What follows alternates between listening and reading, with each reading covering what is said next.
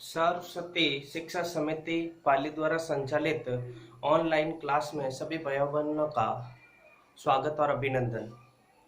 हम आज कक्षा 10वीं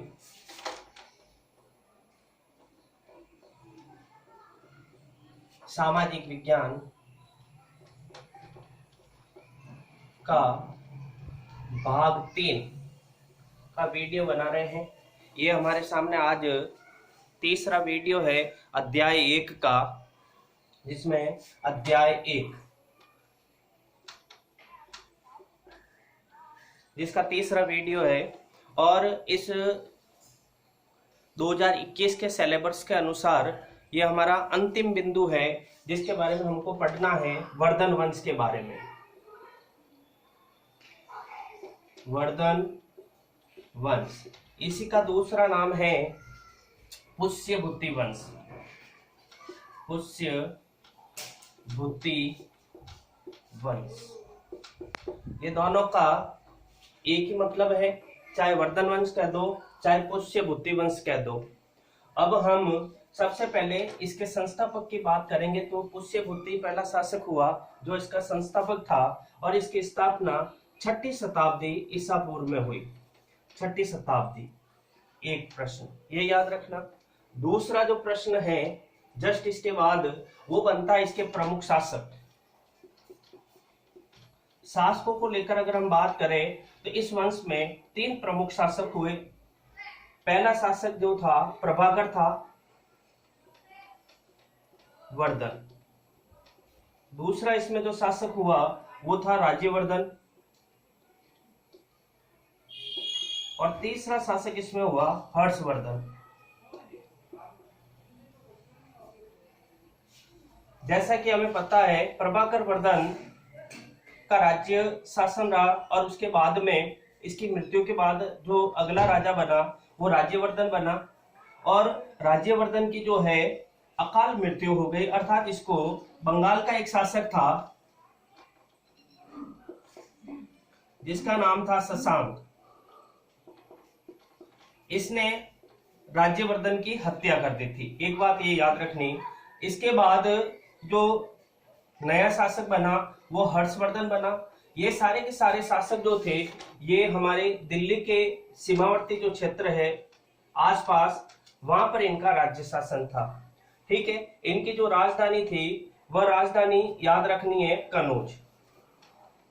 इन सारे शासकों की राजधानी कनौज थी। साथ ही हमको ये भी ध्यान रखना है वर्धन वंश जो है या फिर पुष्यभूति वंश है उसकी राजधानी कौन सी थी, तो कनौज याद रखना है। अगला राज्यवर्धन की मृत्यु के बाद अगला शासक बना हर्षवर्धन, और जैसे ही हर्षवर्धन शासक बनता है उसके सामने 2 प्रमुख समस्याएं थी। वो समस्याएं कौन सी थी वो अपन को याद रखनी है। नंबर 1 समस्याएं थी अपने जो राज्यवर्धन भाई था उसका बदला लेना, बदले की भावना।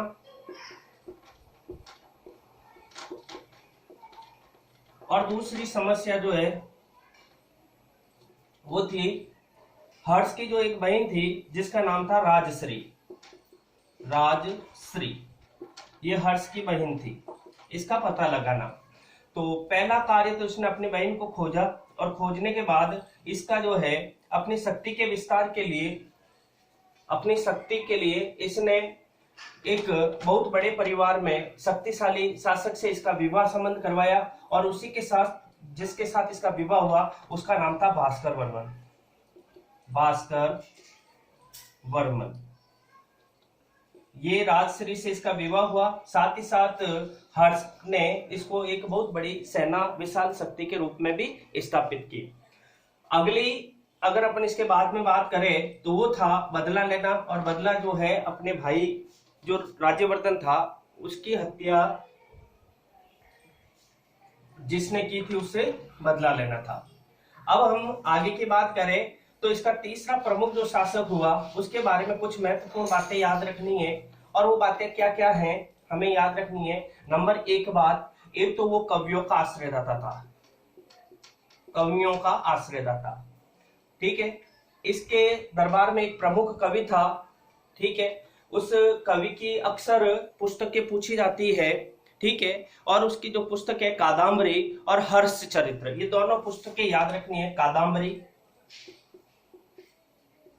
और हर्ष चरित्र, ठीक है, हर्ष चरित्र, ये दोनों पुस्तकें याद रखनी है, ठीक है ना। ये थी बाणभट्ट की, ठीक है, पहला। दूसरा इसके जो शासक काल में प्रमुख था वो था वहेंगसांग,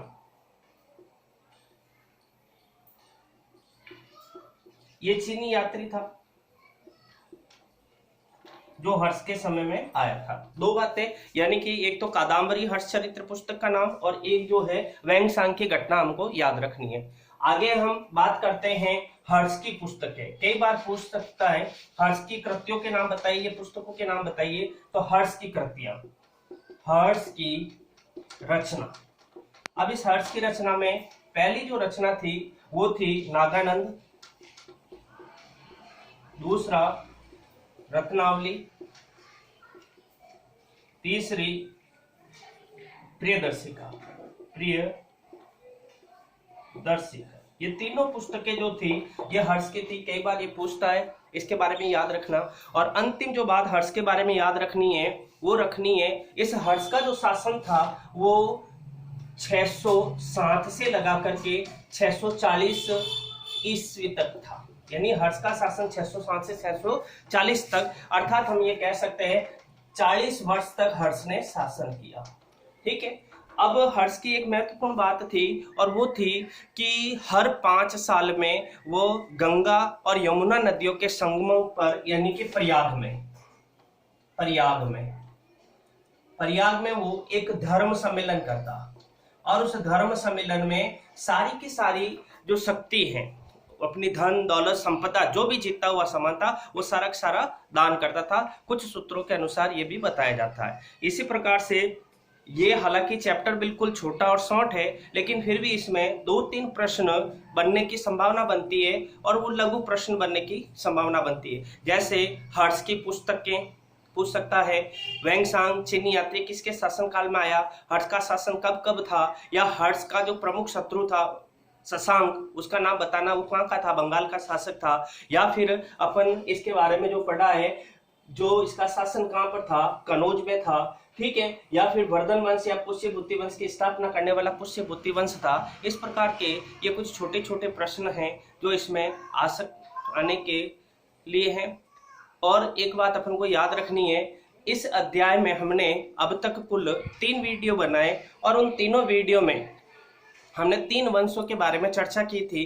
पहला मौर्य वंश, दूसरा गुप्त वंश और तीसरा वर्धन वंश, ठीक है। और 2 प्रश्न माध्यमिक शिक्षा बोर्ड के अनुसार पूछना जाता है और वो 2 प्रश्न, एक अति लघुतरात्मक और एक लघुतरात्मक श्रेणी का, जो प्रश्न भी पूछने की संभावना बनती है लगभग हमने इन तीनों वीडियो में देखने की कोशिश की। इसी के साथ हम फिर मिलेंगे अगले चैप्टर के साथ। जब तक के लिए धन्यवाद।